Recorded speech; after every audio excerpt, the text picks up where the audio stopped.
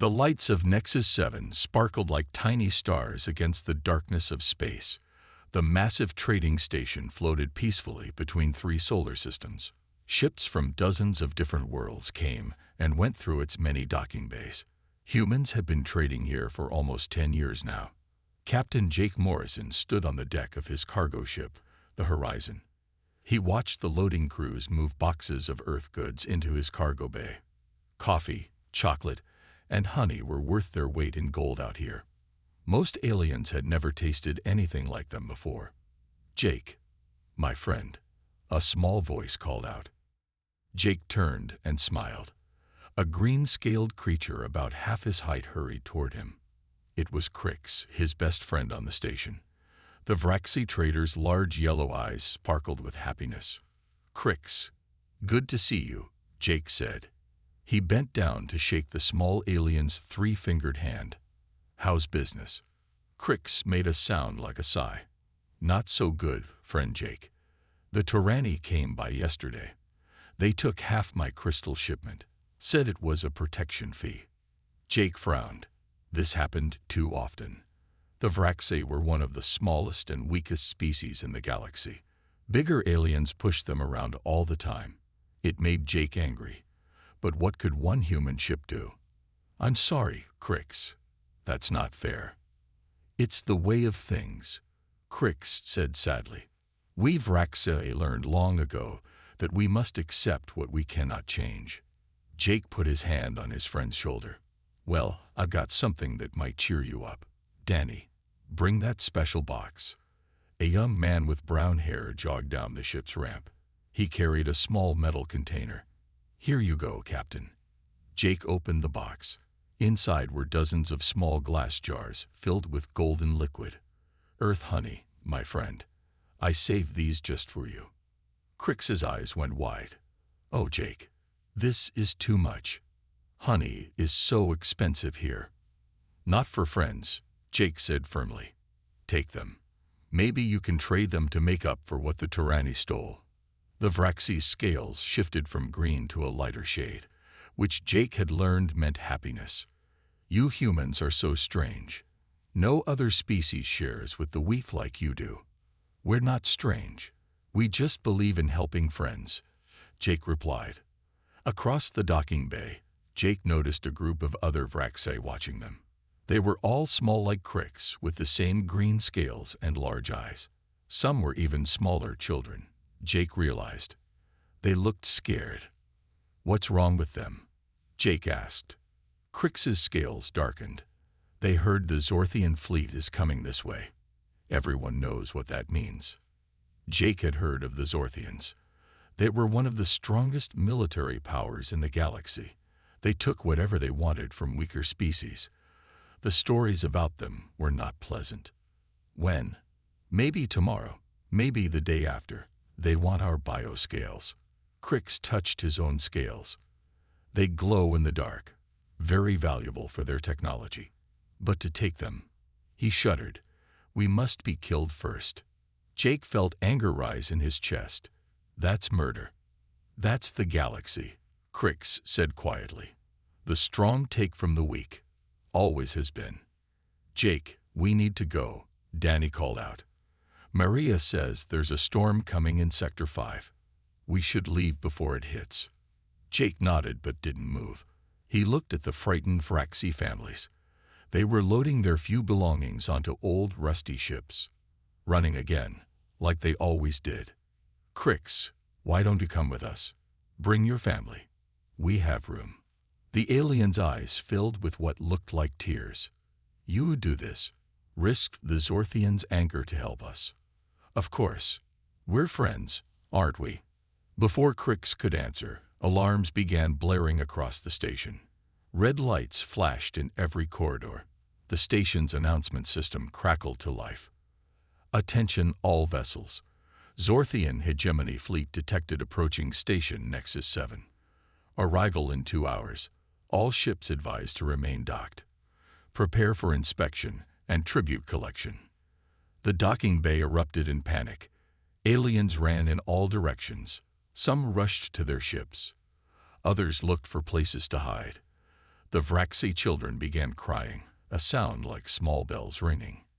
Jake made his decision. Danny, get everyone on board. Now, Crix, gather your people. As many as we can fit.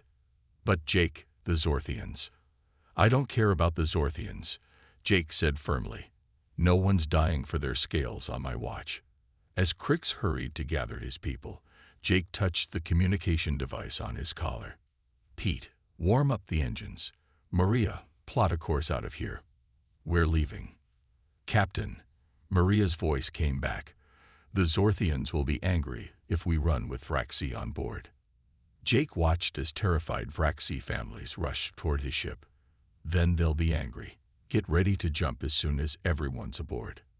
The peaceful trading day on Nexus 7 was over. Something bigger was beginning. Though Jake didn't know it yet, the galaxy was about to learn what happened when someone threatened a human's friends. The Vraxi children ran up the ramp, their parents close behind. Their scales glowed softly in the dim light, beautiful and deadly at the same time. Jake counted heads as they passed.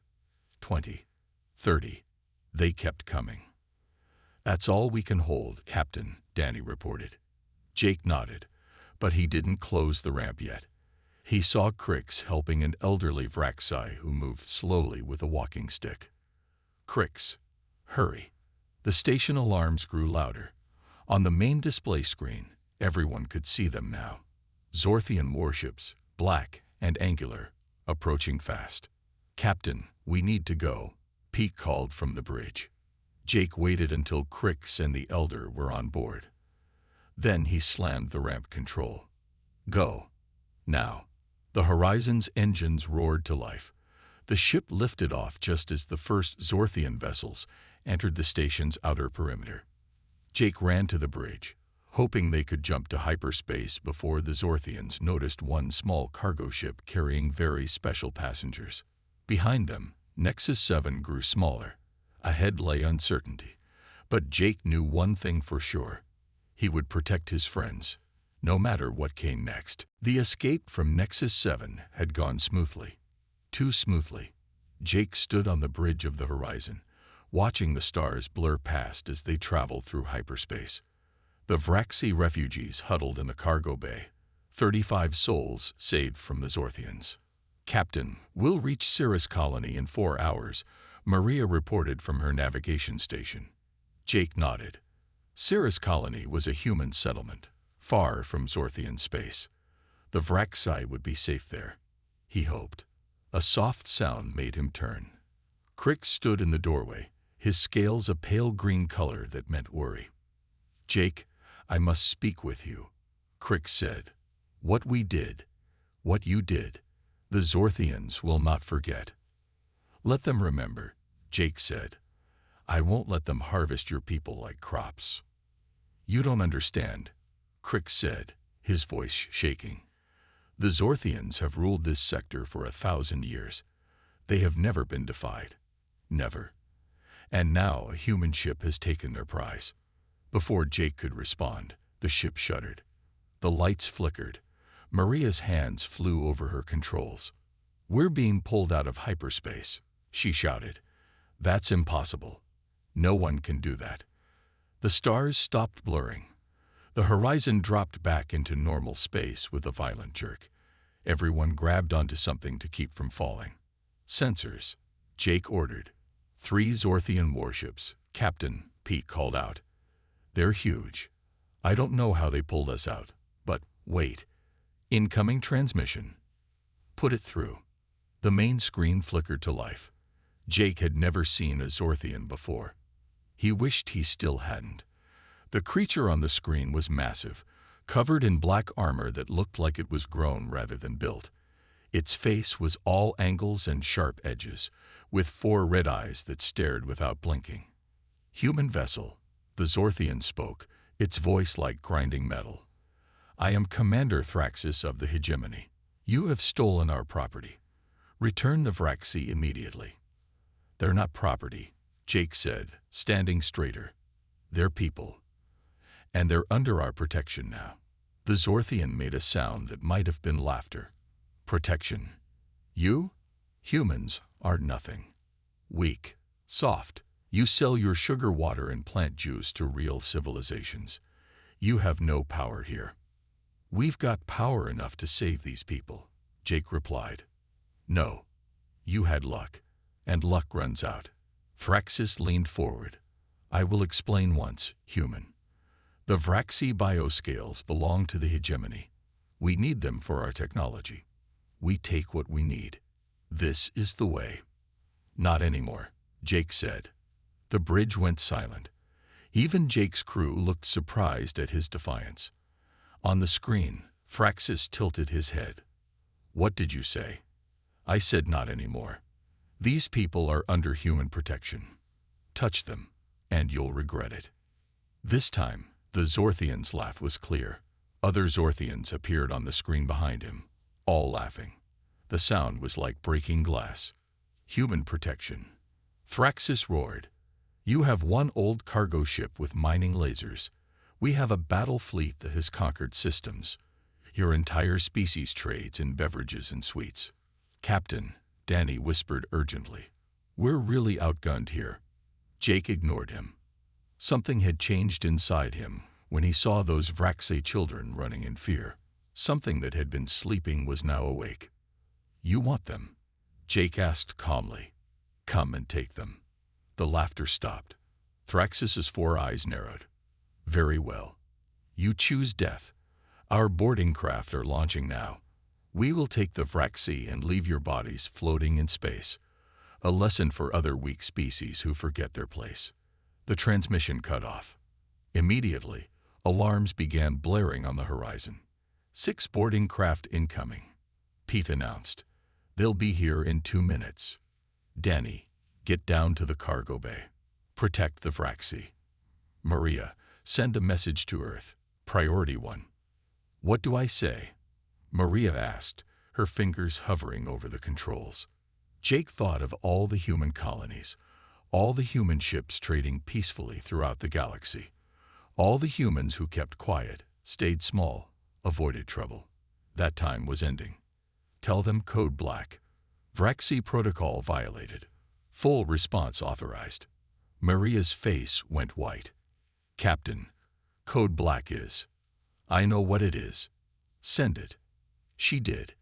The message went out, racing through space faster than light. A simple code that would change everything. In the cargo bay, the Vraxi huddled together. Children clung to their parents. They had run so many times before. But this time was different. This time, someone stood between them and their hunters. Boarding craft attaching to our hull. Pete shouted. They're cutting through. Jake grabbed the old shotgun they kept for emergencies. It seemed silly against Zorthian technology, but it was better than nothing.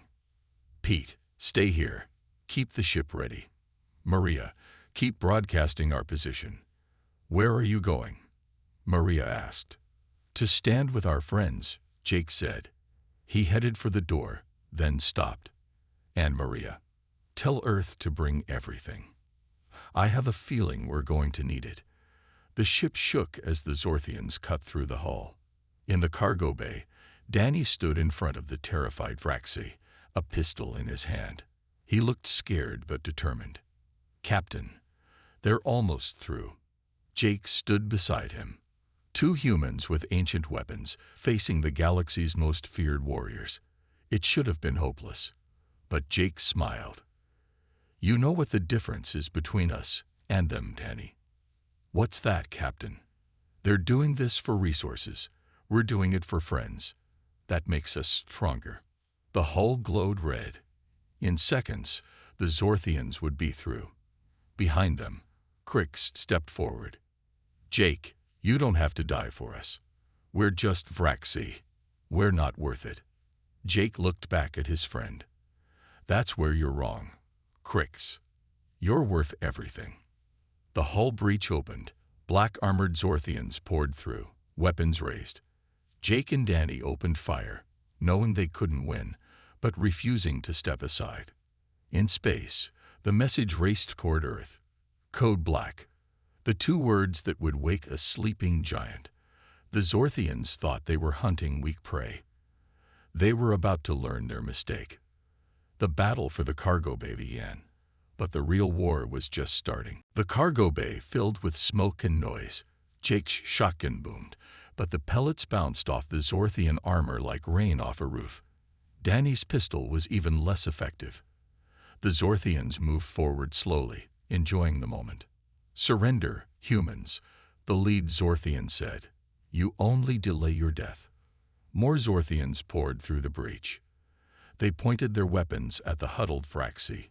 Parents tried to shield their children with their bodies. "Stop," Jake shouted. "We surrender. Just don't hurt them." The lead Zorthian made that breaking glass laugh sound. "Hurt them. We need them alive. For now."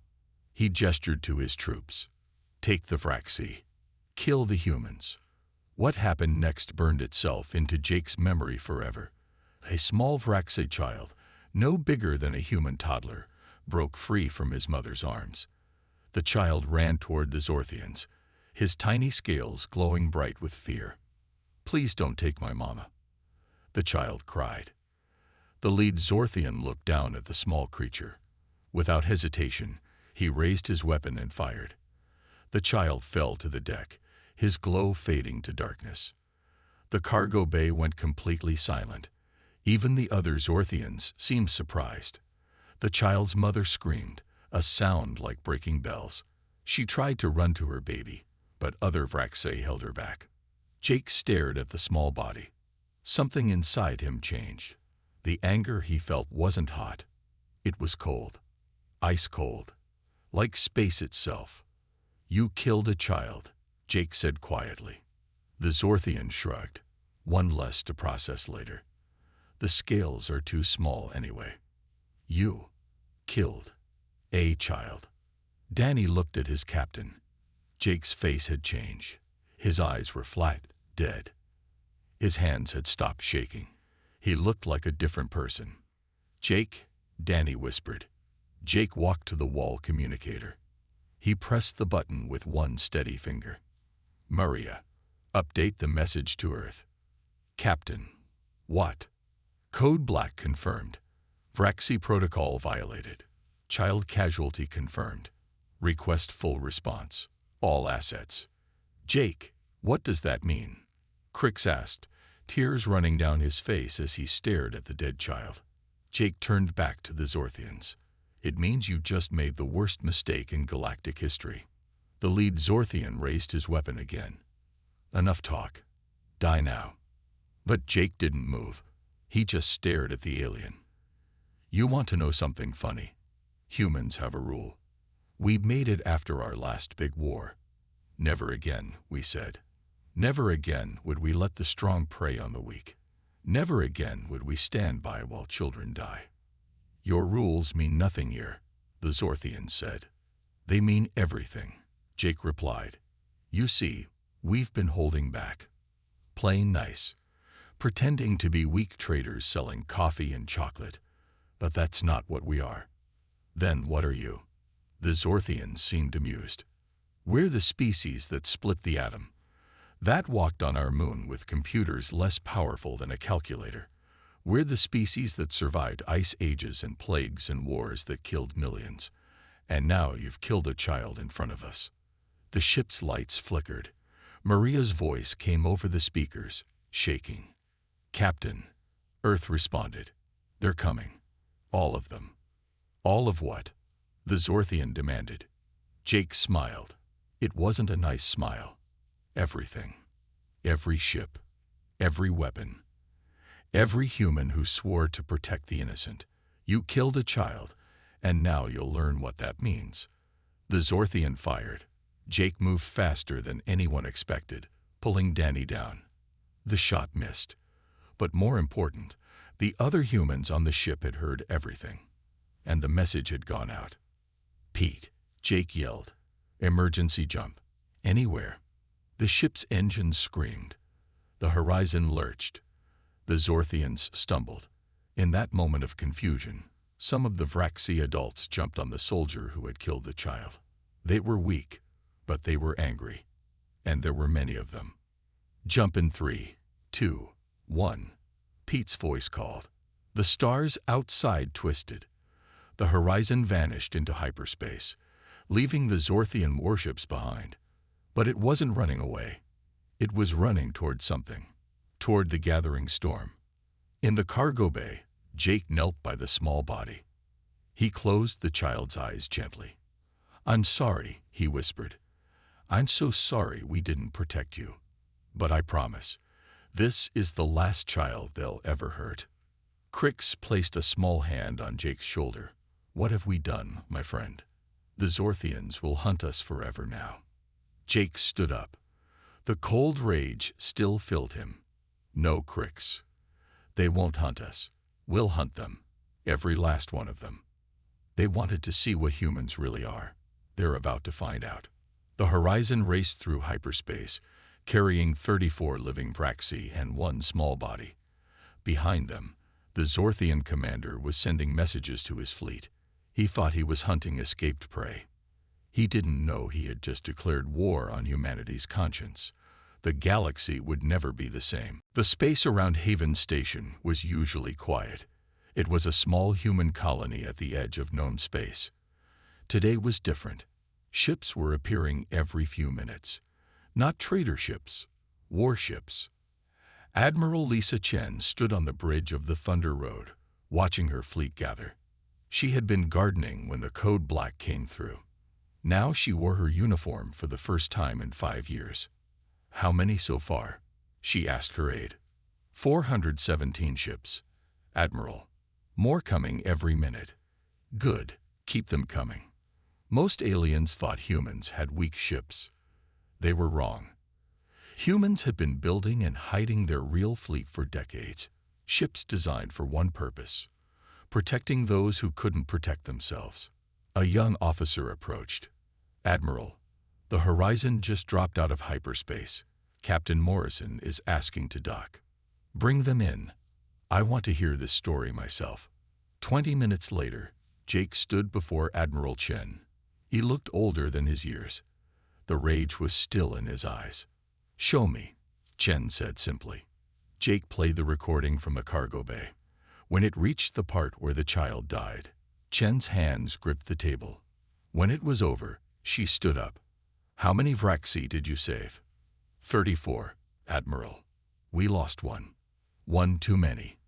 Chen turned to her staff. "Send word to all ships. We're going hunting. Any Zorthian vessel that has ever taken Vraxi scales is a target. Any Zorthian colony that has ever traded in them is a target." They wanted to play predator. Let's show them what a real predator looks like. Outside, more ships arrived. The Hammer of Mars, the Australian Thunder, the Moscow's Pride. Each ship looked old and worn on the outside, but inside they carried weapons that broke every rule of civilized warfare. "Admiral," an officer called. "The Galactic Council is calling. They demand to know why we're mobilizing." "Tell them we're conducting a rescue operation," Chen replied. Nothing more. The truth was spreading through human space like fire. The image of the dead Vraxi child was being shared on every human world. Volunteers flooded recruitment centers. Old soldiers put on uniforms they'd packed away. Engineers pulled out weapon designs they'd been told to hide. On the Thunder Road, Jake met with other captains. Captain Amy Rodriguez commanded the Wolverine, a ship designed to tear through enemy vessels from the inside. Captain Bill Cooper led the Ghost Battalion, stealth ships that could appear anywhere. "The Zorthians have 12 major fleets," Admiral Chen explained. "They control 40 systems. In their space, they have processing centers where they harvest scales from living beings." "Not for long," Rodriguez said coldly. "Rules of engagement?" Cooper asked. "There are none," Chen replied. "They killed a child. They threatened our friends. We end them." The room was silent. Then nods all around. "What about their technology?" someone asked. "They can pull ships from hyperspace." Admiral Chen smiled grimly. "They can pull one ship. Can they pull 1,000? We're about to find out." The fleet was ready. 900 ships now, with more coming. Each crew had seen the video. Each human knew why they were here. Not for conquest, not for resources, for justice. Admiral, the Council is calling again. They say we're violating treaty laws by gathering armed ships. Which treaty? The one that lets the strong prey on the weak. The one that says children can die for profit. Chen's voice was ice. Tell the Council we're done with their treaties. Humans make our own rules now. The Vraxi survivors were transferred to the station's medical bay. The small body was prepared for a proper funeral. Crick stood by Jake's side, unable to believe what he was seeing. All this, for us? The small alien asked. Not just for you, Jake said. For every small species, for every child who lives in fear. This ends now. But the Zorthians are so powerful. They were powerful, Jake corrected. Past tense. The last transport arrived. Admiral Chen looked at her fleet. 1,042 ships, the largest human force ever assembled, hidden for decades, waiting for this moment. All ships, she spoke into the comm. You know why we're here. You've seen what they did. The galaxy thinks we're weak traitors. Let's show them why Earth's children once ruled their world through force of arms. Let's show them why we chose peace, because our war is too terrible to unleash. She paused. Then, but they killed a child. They threatened our friends. Peace is over. Jump coordinates transmitted. Let's go hunting. 1,042 ships vanished into hyperspace. The Zorthians were about to meet humanity's true face, the face they'd hidden to protect the galaxy from themselves. The Zorthian patrol ship Dark Claw drifted through space near Outpost 9. Everything was normal. The crew was relaxed. Why wouldn't they be? They were Zorthians. Nobody challenged Zorthians. Then space itself seemed to tear open. Ships poured out of hyperspace. Not a few. Hundreds. The patrol ship's alarms screamed. Commander, unknown ships everywhere. How many? I can't count them all. They're human ships. The commander laughed. Humans? Those traitors? Open communications. Tell them to surrender before we. He never finished. The human ship Wolverine had already fired its boarding pods. They hit the Dark Claw like metal spears, punching through the hull. Captain Amy Rodriguez led her team through the breach. The Zorthians expected humans to fight like civilized beings. They were wrong. The humans moved like animals. Fast, brutal, no hesitation. Secure the bridge, Rodriguez shouted. The Zorthians fired their energy weapons. The humans didn't care. Their armor was crude but thick. They kept coming. In close combat, energy weapons were useless. The humans used blades, clubs, and old-style firearms that punched through Zorthian armor. In 10 minutes, it was over. The Dark Claw was captured. Its crew was locked in their own cells. Captain Rodriguez to fleet. First target secured, moving to next. Across the sector, the same scene played out on dozens of ships. The humans didn't destroy the vessels. They captured them. They wanted prisoners. They wanted information. At the Zorthian processing station on Kalos VI, Administrator Sek watched his screens in disbelief. Human ships surrounded the planet. So many that they blocked out the stars. Send a distress signal, he ordered. I'm trying. They're jamming everything. The administrator had overseen the harvesting of scales for 50 years. He'd never imagined this. Humans were nothing. Weak. Soft. They sold sweets and drinks. The first drop ships entered the atmosphere. Then more. And more. The sky filled with falling stars that were actually human troops. The station's defenses fired. Some dropships exploded. The humans didn't slow down. For every ship destroyed, 10 more took its place. The humans landed hard. They came out shooting. Not to kill, but to disable. They wanted the Zorthians alive. They wanted them to see what came next. Administrator Sek watched his guards fall one by one. The humans moved through the station like a tide. In the processing chambers, they found Vraxi prisoners waiting to be harvested. The humans freed them all. "Please," Sek begged when they reached his office. "I was following orders. I didn't make the rules." A human soldier removed her helmet. It was a young woman with brown hair and fierce eyes. "You're right," she said. "You didn't make the rules, but you followed them. You hurt innocent people. Now you'll face justice." On the Thunder Road, Admiral Chen watched the reports come in. Station after station falling. Ship after ship captured. The Zorthians were learning what humans had hidden for so long. "Admiral, Commander Thraxis is hailing us." "Put him through." The Zorthian appeared on screen. His 4 eyes showed something new. Fear. "This is madness. You're attacking the hegemony. The Council will." "The Council can do nothing," Chen cut him off. "You killed a child. You threatened our friends. Did you think we'd let that stand? It was one insignificant alien. We've harvested thousands. And that's why we're here. You call them insignificant. We call them friends. You're about to learn the difference. You can't defeat the entire hegemony. We have 1,000 ships."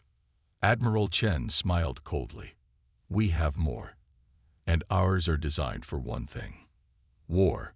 Your ships are built to intimidate the weak. Ours are built to destroy the strong." The human fleet kept advancing. They used tactics no civilized species would consider: ramming attacks, boarding pods that turned enemy ships into close combat nightmares, weapons that ignored shields and armor. On Kalos VII, the Vraxi prisoners were loaded onto human medical ships. They couldn't believe their eyes. The humans had come, not just a few, an entire armada. One elderly Vraxi grabbed a human soldier's hand. "Why? Why do this for us?" The soldier's voice was gentle. "Because someone should have done it long ago. Because standing by while innocents suffer isn't human nature. Not anymore." The first Zorthian fleet tried to organize a defense. Admiral Chen watched them gather near their main base. "They're forming battle lines," an officer reported. "Good," Chen replied. "Rodriguez, Hooper, you know what to do." The stealth ships had been waiting. They appeared inside the Zorthian formation, so close the enemy ships almost touched. In space combat, distance was safety. The humans removed that option. The battle wasn't a battle. It was a lesson. The Zorthians learned that humans didn't fight fair. They fought to win. They fought to protect. They fought with the rage of a species that had seen too much injustice. By the end of the first day, half the Zorthian fleet was captured or destroyed. Processing stations across 3 systems were liberated. Thousands of Vraxi were freed. But this was just the beginning. The humans were teaching the galaxy a new word: consequence. News of the human offensive spread across the galaxy like wildfire. On planet Kelios, the peaceful Council of Elders watched their screens in shock. The Melody ambassador's tentacles waved nervously. "The humans are destroying the Zorthian hegemony," he said. "This is impossible." Elder Xene of the Praxi leaned forward. "Not destroying. Dismantling. Look closely. They capture more than they kill. They free prisoners. They protect civilians. But humans are traitors. They sell coffee and honey." "Apparently," Elder Xene said slowly, "they are much more than that." On the human colony of New Singapore, crowds gathered to watch the news. Parents held their children close as they saw the freed Vraxi on the screens. When the image of the murdered Vraxi child appeared, many wept openly. "That's why we fight," people whispered. "Never again." At Galactic Council headquarters, emergency sessions were called every hour. Ambassador Carl Thompson of Earth sat calmly while alien delegates shouted. "This aggression must stop," the tyranny representative demanded. "Humans are breaking every treaty." Thompson stood up. The room quieted. Humans had never stood to speak in the council before. "Which treaty protects children from murder?" he asked quietly. Which law says the weak must be harvested by the strong? We followed your rules for 50 years. We watched you prey on those who couldn't fight back. No more. You can't just decide to change the galaxy. We're not changing it, Thompson replied. We're cleaning it. You've all seen what we can do. Now see why we do it. He pressed a button. The chamber's main screen lit up with images. Phraxi children being freed from cages. Families reunited. Medical teams healing the wounded. Human soldiers giving their food to hungry aliens. We could conquer, Thompson continued. We choose to protect. We could rule through fear. We choose to defend through strength. But touch our friends again, and we'll show you why our history is written in blood. The chamber was silent. Then something unexpected happened. The Phraxi ambassador, old and frail, stood up. The humans saved my grandchildren, he said. They asked for nothing. They risked everything. I stand with Earth. One by one, other small species stood. The Melody, the Ketch, the Yonari, all the ones who had been prey, all the ones who had lived in fear. We stand with Earth. The powerful species looked around in shock. The balance was shifting.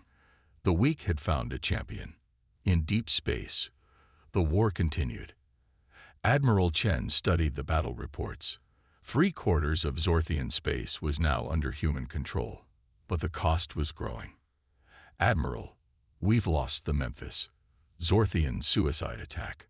Chen closed her eyes briefly. Save who you can. Continue the advance. Captain Jake Morrison had returned to space, now commanding a warship. His mission was special. Find the Zorthian breeding centers where they kept Phraxi for generational harvesting. Captain, I'm picking up life signs on the moon ahead. Take us in carefully. What they found made even hardened soldiers cry. Thousands of Phraxi, some who had never seen stars, children born in cages, elders who had spent decades waiting for death. Get them all, Jake ordered. Every last one. As the rescue ships loaded, Jake received a priority message. Commander Thraxis wanted to meet, to discuss terms. He's afraid, Crick said. The Phraxi had insisted on staying by Jake's side. He should be, Jake replied. The meeting was set for neutral space. When Thraxis appeared on screen, he looked different. The arrogance was gone. We wish to discuss peace, the Zorthian said. No, Jake said simply. No, you must accept terms. It's how wars end. This isn't a war. It's justice. You want it to end. Simple. Free every slave. Return every stolen scale. Submit to human oversight of your military. Forever. That's surrender. Yes, Jake agreed. It is. The news reached every corner of the galaxy. The humans weren't just winning. They were changing everything. Species that had been predators for millennia were learning to fear. Species that had been prey were learning to hope. On Earth, children drew pictures of Phraxi and humans holding hands. They were sent to the freed colonies, where Phraxi children put them on walls. The galaxy was learning humanity's most dangerous trait. Not their weapons, not their ships, but their conscience, backed by the will to enforce it. Commander Thraxis stood in the ruins of his flagship's bridge. Half his fleet was gone. The other half was scattered, hiding. The mighty Zorthian hegemony, ruler of 40 systems, was on its knees. Commander, the humans are offering terms again. The same terms. Yes, sir. Complete surrender. Return all harvested scales. Free all slaves. Accept human oversight forever. Thraxis's 4 eyes close. 1,000 years of Zorthian dominance, ended by coffee traders. It seemed impossible. Yet here they were. Send the message, he said finally. We accept. The words felt like poison. But the alternative was extinction. The humans had proven they would not stop. On Haven Station, Admiral Chen received the surrender. She didn't smile. Too many had died. But it was over. Signal all ships. Cease fire. Begin humanitarian operations. Across Zorthian space, the change was immediate. Prison doors opened. Slaves walked free. Human medical ships landed on every world, healing those who had suffered. Jake Morrison personally oversaw the return of scales to living Vraxi. Each scale could regenerate if returned quickly enough. Thousands of Vraxi regained their natural protection. "How do you feel?" Jake asked Crix, who was helping distribute scales. "Like we're in a dream," Crix replied. "A good dream we never want to wake from." The hardest part was the Zorthian population. Many had never known life without conquering others. Human teachers arrived to help them learn new ways. "You can be strong without hurting others," they taught. "You can be proud without making others afraid." Some Zorthians resisted. They were detained, sent to re-education centers. Not cruel places, but firm ones. Humanity would not allow the old ways to return. At the Galactic Council, the formal ceremony took place. Commander Thraxis knelt before the assembly. His words were broadcast everywhere. "The Zorthian hegemony surrenders unconditionally to Earth. We accept all terms. We submit to human oversight. We pledge to never again harvest sentient beings." Ambassador Thompson accepted the surrender. Then he turned to the council. "Let this be a lesson. Humanity spent 50 years watching you abuse the weak. We built our strength in secret, hoping we'd never need it. But when our friends were threatened, when children were murdered, we acted." He paused, looking at each delegate. "We offer a choice. Join us in protecting the innocent, or stand aside. But know this, the age of predators is over. Any species that harms the defenseless will answer to Earth." The council voted immediately. The Allied Species Protection Treaty passed unanimously. Even former predator species voted yes. They had seen what happened to those who didn't. On the Vraxi homeworld, a monument was built, a statue of a human and Vraxi standing together. At its base, the inscription read, "To our protectors, to our friends, to those who stood when no one else would." Jake visited the monument with Crix. Thousands of Vraxi had gathered, their scales glowing with joy instead of fear. "You know what's funny?" Jake said. "We didn't do this to be heroes. We did it because it was right." "That's what makes you heroes," Crix replied. The Zorthian military was disbanded. Their warships were converted to cargo haulers and medical vessels. Former Zorthian soldiers now worked alongside humans, learning to protect instead of conquer. Within a year, the galaxy had transformed. Pirates disappeared. Knowing human patrols were everywhere. Bullying between species ended. The small and weak could travel safely.